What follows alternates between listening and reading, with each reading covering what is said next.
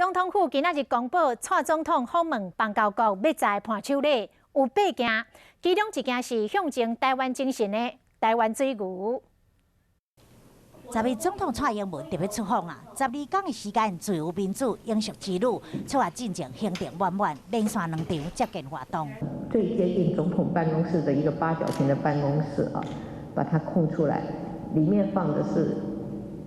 我们这个台东的公东高中所做的一套家具，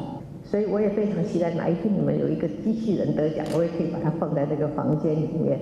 对民众的手内摕到礼物，这回出访友邦嘛有准备礼物要送予邦交国。蔡总统这回要带出的伴手礼有8项，有更雕的创作，也有开雅诗作，拢有等等，也有这种代表台湾精神的台湾水牛送予友邦。这件作品也希望也因为这样子跟我们的友邦可以一起踩着很大步，一起向前走。